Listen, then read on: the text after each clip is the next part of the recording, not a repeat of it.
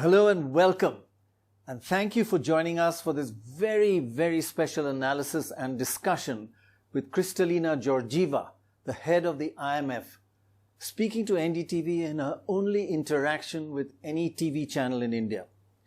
We shall focus on the economic impact of the COVID pandemic on the world and on India's economy.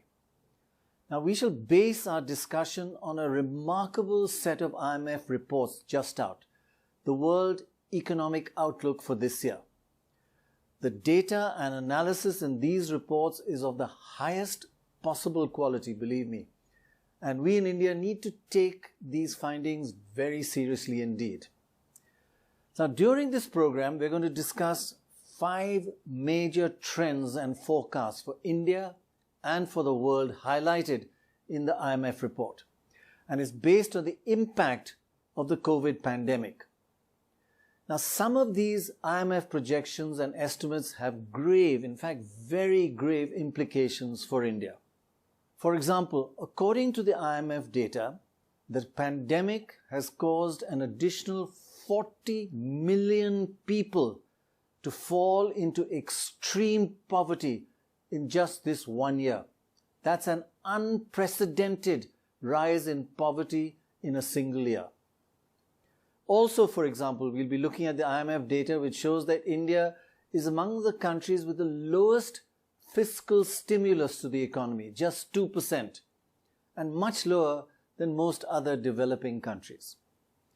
So we'll discuss this and other projections that emerge from the IMF World Economic Outlook for 2020. May I now welcome the IMF chief, Kristalina Georgieva. Thank you very, very much for joining us. Not just because you have a soft spot for India, but also because this is the toughest, busiest time in anybody's life, and you're at the epicenter of it. Did you ever, in even your wildest dreams, think that when you joined and took over the IMF, that you would have faced a crisis like this unprecedented historically? I have not expected that my first year would be a year like no other. But I can tell you I am very proud of what the IMF has done. We leaned forward early in the crisis.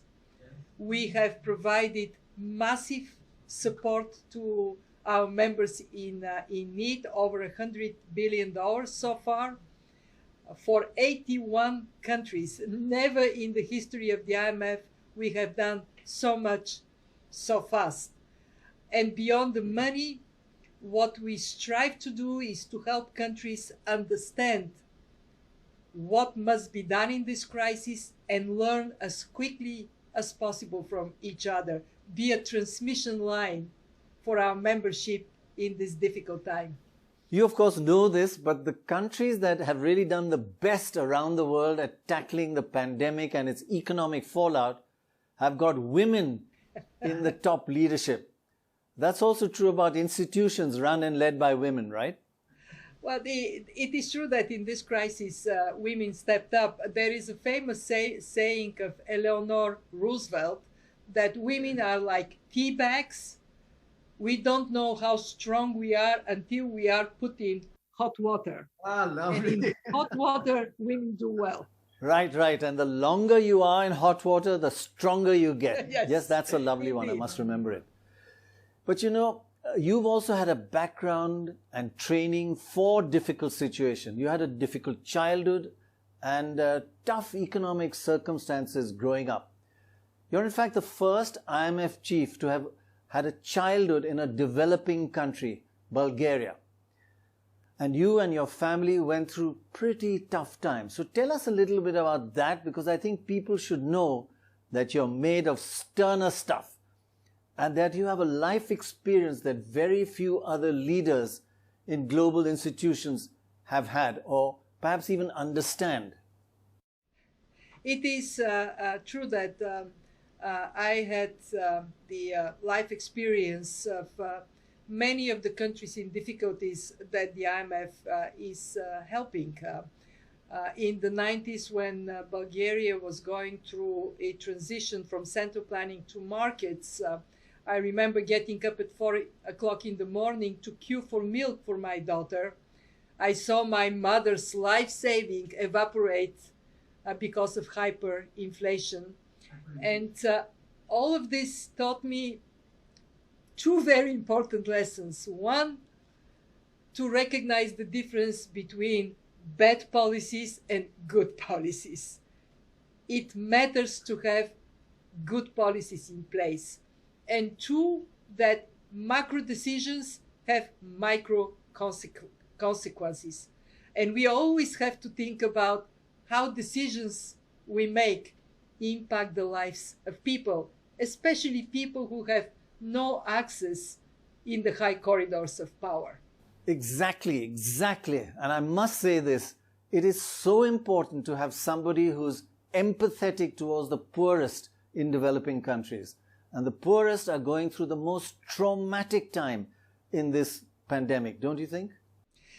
Yes, indeed. And there are two other things that help enormously. One is that I was for 5 years humanitarian commissioner in the European Union. I had front seat in the most dramatic crises like the Haiti earthquake, the floods in Pakistan, the triple disaster in Japan, or the war in Syria, and the refugees that had to leave their homes because of it. And all of this is extremely helpful when you are in a position that deals with crisis, because what it teaches you is, one, anticipate crisis. We are in a more shock-prone world. Two, act decisively. Three, care about the most vulnerable people. And in this crisis, I truly benefit for having lived through this experience. Before I go into some of the findings with you of the World Economic Outlook report, I must congratulate you and the team on an excellent set of reports. They're really comprehensive, they're really open, transparent, and they're really strong on data and analysis. Many, many congratulations. But before going into some key questions that are raised in the report, I just wanted to ask you, why do you have a soft spot for India? And what actually started it? Well, my small country, Bulgaria, has always been fascinated with India. And in the days of Indira Gandhi, there has been friendship between the two countries. And it so happens that my cousin was the Bulgarian journalist assigned in India. So she would come and tell us these fascinating stories about the country. So I developed a huge interest in the culture, history, and the people of India. And when I was able to travel, India was one of the first destinations. And what I saw in India is this incredible dynamism of the nation, such a fantastic place to feel that there are values on which we can all unite. That's really lovely to hear, and it's so true. We do have our heart in the right place, I think. And it's good to hear that your cousin was a journalist, the best profession, right? I'm only kidding. Seriously. Now, coming to some of the IMF data, I wanted to ask you, how long is this pandemic going to last? That's what everybody's asking. And how long before we come out of it? Your data, sorry, you know all this data inside out, but for our viewers, I'm extracting it from the IMF report. The IMF data shows that the global economy, GDP, will recover by 2021, but only by a measly 1%. 1% over a span of 2 years. And even perhaps that tiny 1% increase since 2019 is an overestimate. In reality, during these 2 years, the pandemic impact on the world is much more. In fact, the world will lose 7% of its GDP Because under normal circumstances, non-pandemic circumstances, the world economy would have grown by about 8% in these 2 years. Now it's forecast to rise by only 1%. So actually the world will have lost 7% of global GDP due to the pandemic. And that's a huge loss. Yep. So to get back to a no-loss period for the global economy, that's going to take much, much longer, right? And even though the global bounce back is very clear in your IMF forecast, it's going to take a long while to recoup the massive global economic loss that we faced. So it is true, and it is applicable to the whole world.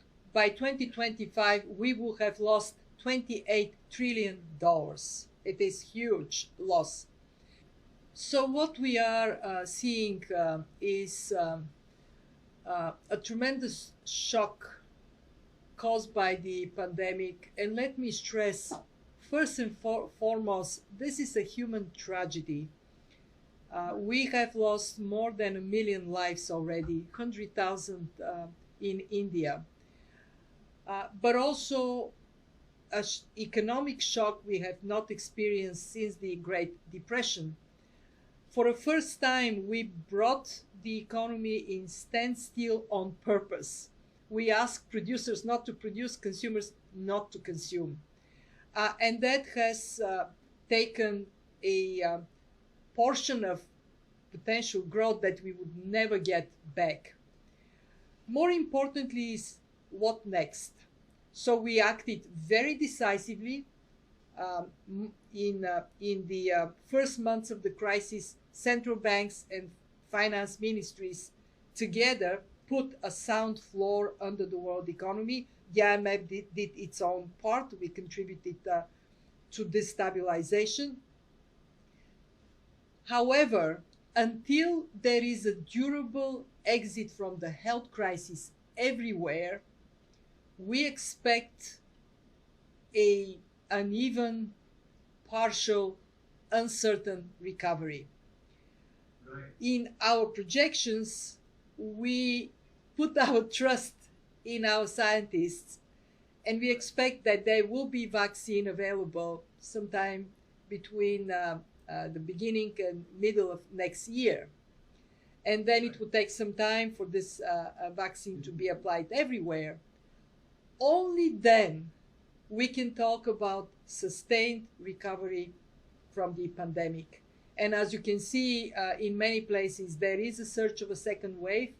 That means we will retreat somewhat from economic activities again. Now, I wanted to ask you about that when you wrote this report, even the scientists didn't really expect such a huge second spike in Europe and possibly a third spike in America. So the IMF report would have understandably worked on the basis of information at that time. Now we're learning something new about this pandemic every single day. Even the scientists are learning. In fact, there are two great uncertainties: the uncertainty of the COVID-19 and the uncertainty associated with economic forecasts. I'm an economist and I know the inside story. It's a secret. Don't tell anyone that we economists actually know nothing about the future, nothing. So you combine these two great uncertainties and we're in deep trouble. So now the second spike and the third spike may affect your forecasts. Won't they? Will you update them as these new shocks come in? Well, in our forecast, we actually are calibrating different scenarios. One in which we have accelerated delivery of vaccines and the recovery is faster. And another one in which we do not have vaccines and we have to continue with containment measures. But let me make 2 points. One, today we know much more about this pandemic that we knew in February, March. We know that there are measures we can take without a full lockdown to restrict the spread of the virus. What is key is whether our health system can handle the number of cases, the number of people that are getting sick. And we have expanded in practically almost everywhere the capacity of the health system. And then we added a very important protection testing. And I want to give credit to India. India is one of the countries that has taken a very aggressive step to making testing more available. Why is this important? Because when you test, you can allocate potential sources of the pandemic and then isolate people rapidly. Rather than closing down the whole economy, you only close down places where there are spikes. And then we also know today that wearing a mask, social distancing, washing our hands, being sure to self-isolate. If I know that I have been in contact with somebody who is sick, stay home for 14 days. All of this is helping us to weather the second wave, hopefully from economic standpoint, significantly better than the first one. Nonetheless, confidence would not return until we get out of the pandemic. It would not fully return. May I now move on to parts of the IMF report which focus on India? Yeah. Just like the rest of the world, India is also facing a major dip in its economy. Comparing India versus the world, according to the IMF report, India's decline is worse, but India's bounce back is better. The IMF report says India's economy will plummet by just over 10% this year. That's huge. And then it will bounce back by almost 9%. While the economy's decline is 4% of the world, and the bounce back is 5% in the world. That means India's decline of 10% is worse than the global decline of 4%. But India's bounce back of 9% is much stronger than the global recovery of 5%. So let's just focus on India's GDP a little more according to the IMF report. According to this IMF data, despite the bounce back, India will face a GDP shortfall. India's GDP will not get back to pre-pandemic levels even by March 2022 because of this base effect. In fact, in 21-22, India's economy will still be 2% less than it was in the preceding 2 years, like before the pandemic. But in reality, the loss to India is actually even worse, even more. According to the IMF forecast, the pandemic impact of India will be very severe. India will actually lose 12% of its GDP compared to normal growth times. If there had been no pandemic, India's economy would normally have grown by about 10% at least. But the impact of the pandemic is that India's economy will end after 2 years at 12% less than what our economy would normally have been in 2022. So in many ways, India will bounce back, but just not enough. It's a long road to climb back, even to the levels that we were. We are way behind our economic development of normal time. That is a big loss for our country. Is there anything India should be doing? You've studied so many other nations. What can we learn from them? What can I suggest to India based on what we are learning in this crisis? One, do not withdraw support measures prematurely. On the contrary, India could do more in a targeted manner for the most vulnerable people and also for the small and medium-sized enterprises to prevent massive bankruptcies. Two, continue with the reforms, and there we ought to give credit to India. We have a farm bill, there is a labor market reform. Very important for countries to pursue structural reforms, to be more resilient in the future. And India is choosing to do that. One of the things that the IMF does mention in its report is that the Indian government's stimulus to boost the economy and help the poorest, what's called above-the-line stimulus, was 2% of GDP. But the IMF data suggests this was a poor stimulus in the sense that India has spent less stimulus money than most other developing countries. For example, Thailand and Brazil's stimulus was 9% of GDP. That's more than 4 times India. And in fact, the IMF report says the average for all developing countries is more than double India's 2% fiscal stimulus. But India scores well in liquidity measures such as equity, loan and guarantees, what are called below-the-line measures. India has done better and is well above the average for developing countries.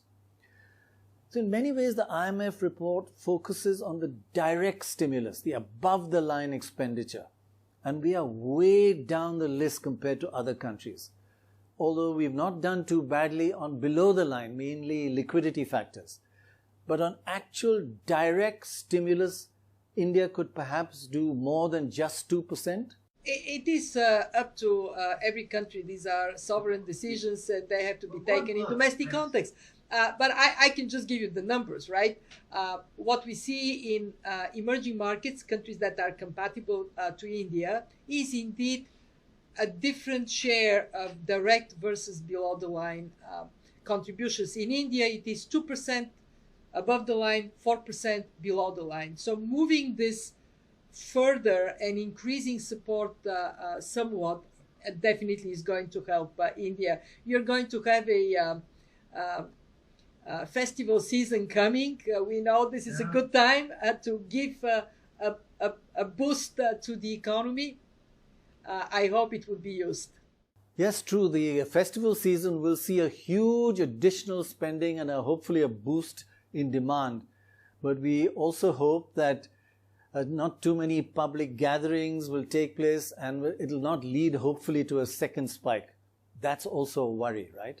But this is where India is remarkable, because you are a leader in IT. Way before anybody else, you got into digital, the digital space. So you can shop from home. Right. We have digital minds, not old-fashioned analog minds. Yes, indeed. Another very, very worrying factor highlighted in the IMF report is the rise in poverty in India caused by this pandemic. Your report shows that the pandemic has led to a major impact on poverty in India. There's been a huge increase in poverty. The IMF data shows that the extreme poverty level in India is going up to over 120 million people. Compared with, if there wasn't a pandemic, it would have been about 80 million people in extreme poverty in India. So the IMF is saying that 40 million extra people will fall into extreme poverty as a result of this pandemic. That's perhaps the biggest crisis that India is facing or has faced for decades when it comes to poverty. A 50% increase in extreme poverty in 1 year.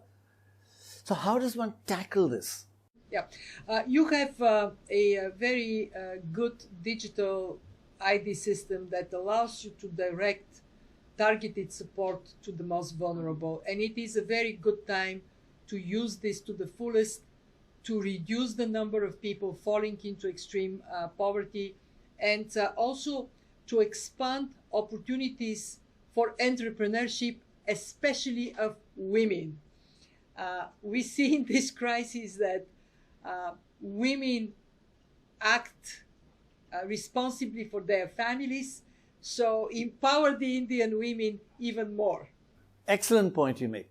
First, directly target support to the poorest. And second, focus on the women in India. Now, I have to tell you something, that 70% of NDTV leaders are women. And our founder is also a woman too. So my second last query is about how well other countries in Asia have tackled this pandemic. The IMF report shows that other Asian countries will handle and emerge from this pandemic better than India. The average Asian country's growth at the end of 2021 versus 2019 will be up 6%, while India is shown to be 2% down. That's a big difference. So is there a lesson to be learned that we should be spending more direct stimulus to the poorest? And there's also a worry beyond pure economics.